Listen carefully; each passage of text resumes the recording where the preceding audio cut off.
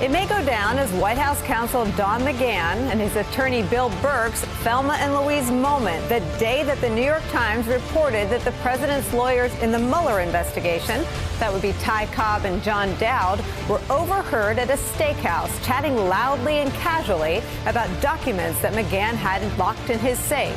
We now know that it was in that moment, based on brand new reporting from the New York Times, that McGahn made the fateful decision to become a fulsome and ongoing witness in the special counsel investigation into Russian collusion and obstruction of justice. From that blockbuster report, we learned that Don McGahn has spoken to Mueller, quote, in at least 3 voluntary interviews with investigators that totaled 30 hours over the past 9 months, sharing detailed accounts about the episodes at the heart of the inquiry into whether President Trump obstructed justice, including some that investigators would not have learned of otherwise. The president responding to the Times bombshell in a 14-tweet tirade that is ongoing and includes his most hysterical attacks to date on special counsel Robert Mueller. Attacks like this one, quote, disgraced and discredited Bob Mueller and his whole group of angry Democrat thugs spent over 30 hours with the White House counsel, spelled wrong, only with my approval for purposes of transparency. Anybody needing that much time when they know there is no Russian collusion is just someone looking for trouble. Quite a tantrum, even for President Prickly Pants. Maybe it's because Don McGahn knows everything. And now, so does Robert Mueller. But the president and his lawyers are reportedly out of the loop. The Times also reporting last night, quote, President Trump's lawyers do not know just how much the White House counsel, Don McGahn, told the special counsel's investigators during months of interviews, a lapse that has contributed to a growing recognition that an early strategy of full cooperation was a potentially damaging mistake. So here are some of the flashpoints in the investigation into obstruction of justice that Don McGahn's 30 hours of testimony may have helped make more clear to Robert Mueller. First, Trump's campaign to pressure his AG to unrecuse himself from the investigation. In March, Trump ordered McGahn to stop Sessions from recusing. Next, the firing of FBI Director James Comey, where it was McGahn's aides at the center of conversations about Trump's authority to dismiss Comey and how Trump would explain it publicly. Then there was Trump's attempt to fire Robert Mueller. Trump directed McGahn to fire the special counsel last June. McGahn this time refused. There are also concerns of witness tampering. The New York Times reporting in March that Mueller learned of 2 conversations in which Trump asked key witnesses, one of them Don McGahn, about matters they discussed with the special counsel, raising concerns that the president was acting improperly. And then there's the spark that ignited it all, the firing of National Security Advisor Mike Flynn.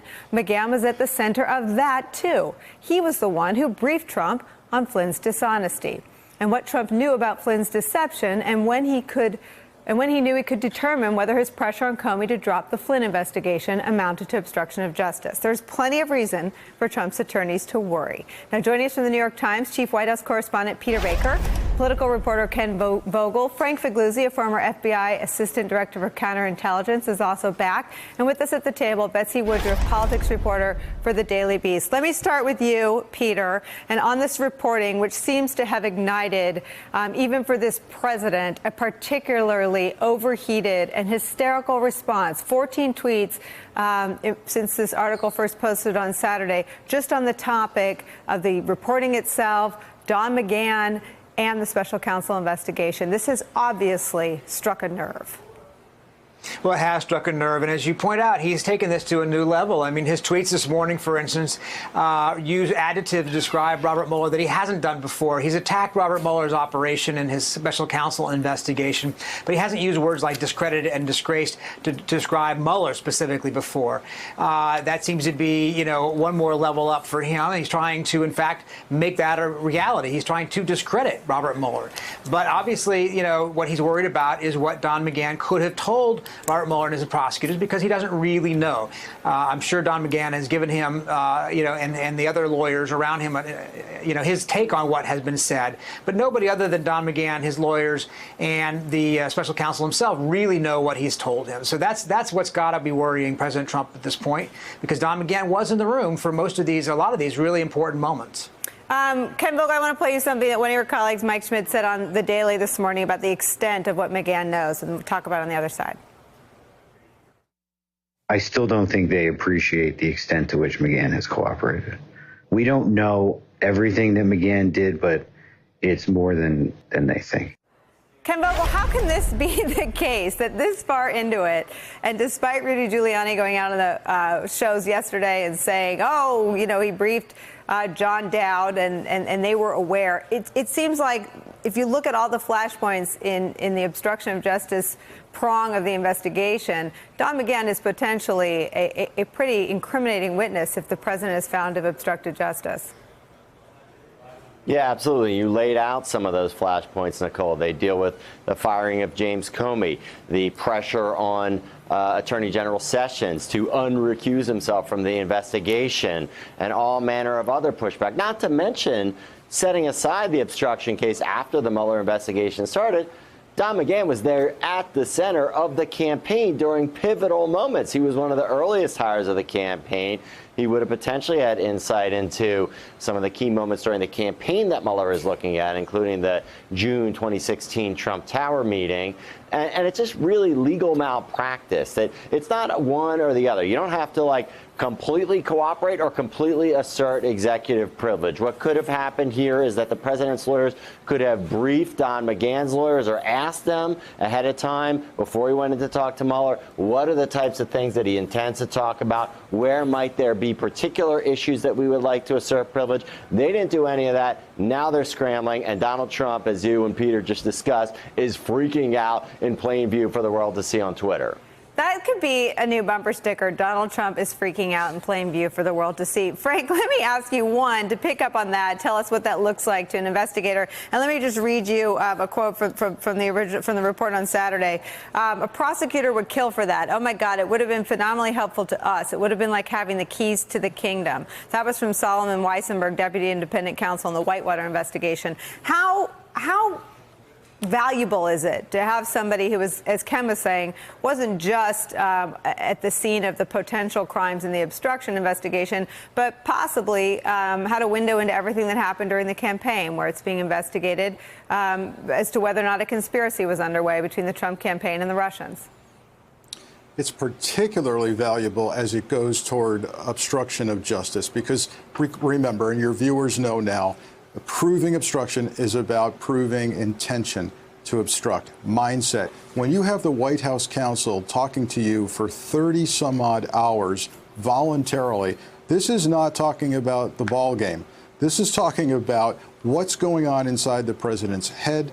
And don't forget, it was McGahn who was calling the shots on whether certain witnesses on the Hill should assert executive privilege or not. Steve Bannon, Hope Hicks, what questions they could answer, what they could not answer. And that's going to be involving exchanges with the president. What don't we want them to talk about? What are we okay with them talking about?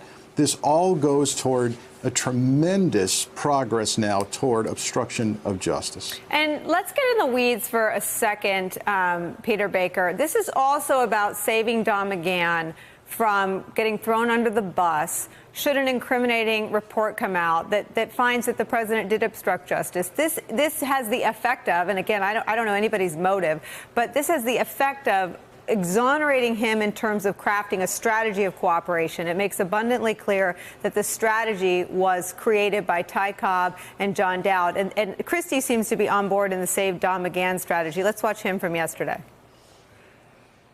This shows what a C-level legal team the president had at the beginning in Ty Cobb and John Dowd.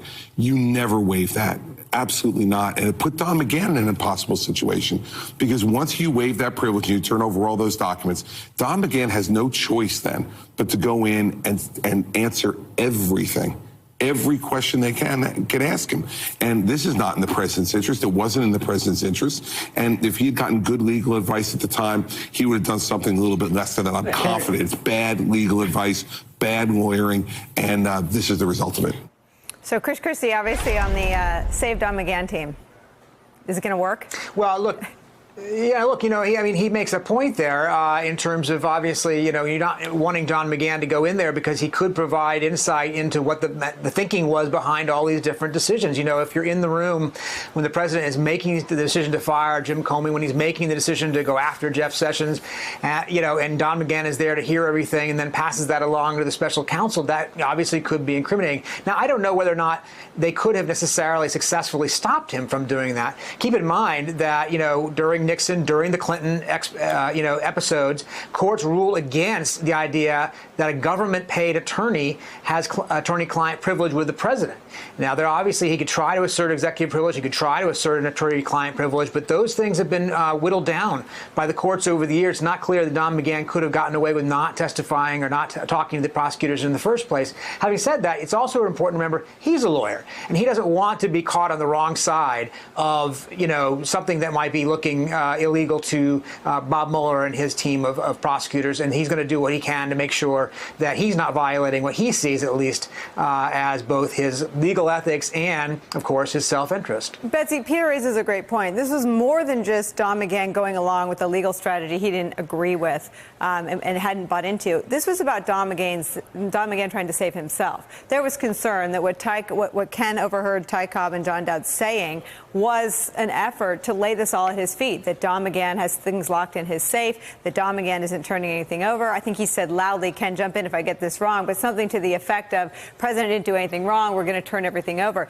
If Don McGahn felt like he was being set up, he had his back against the wall. That's right, and I think it's widely known that there was long friction between Ty Cobb and Don McGahn. They butted heads from Jump Street. Their relationship started off on a pretty rocky footing, and they just disagreed on sort of basic questions as to how the legal matters related to the Mueller probe should be handled.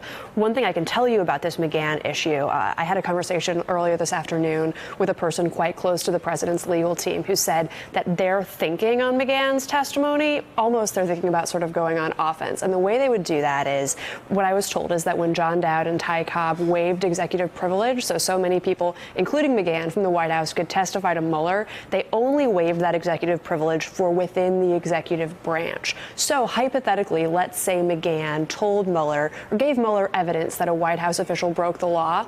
The president's legal team's thinking is that Mueller would not be able to introduce that evidence to a grand jury, which is part of the judicial branch, not the executive branch, without getting a subpoena. And the president's legal team could then fight it. They could say, you can't use that. You can't take what McGahn told you and use it to build a criminal case. Now, there are legal experts who are going to disagree with that analysis. I'm not co-signing it. But I can tell you that that's the thinking and the strategizing that the president's team is going through in the wake of this story.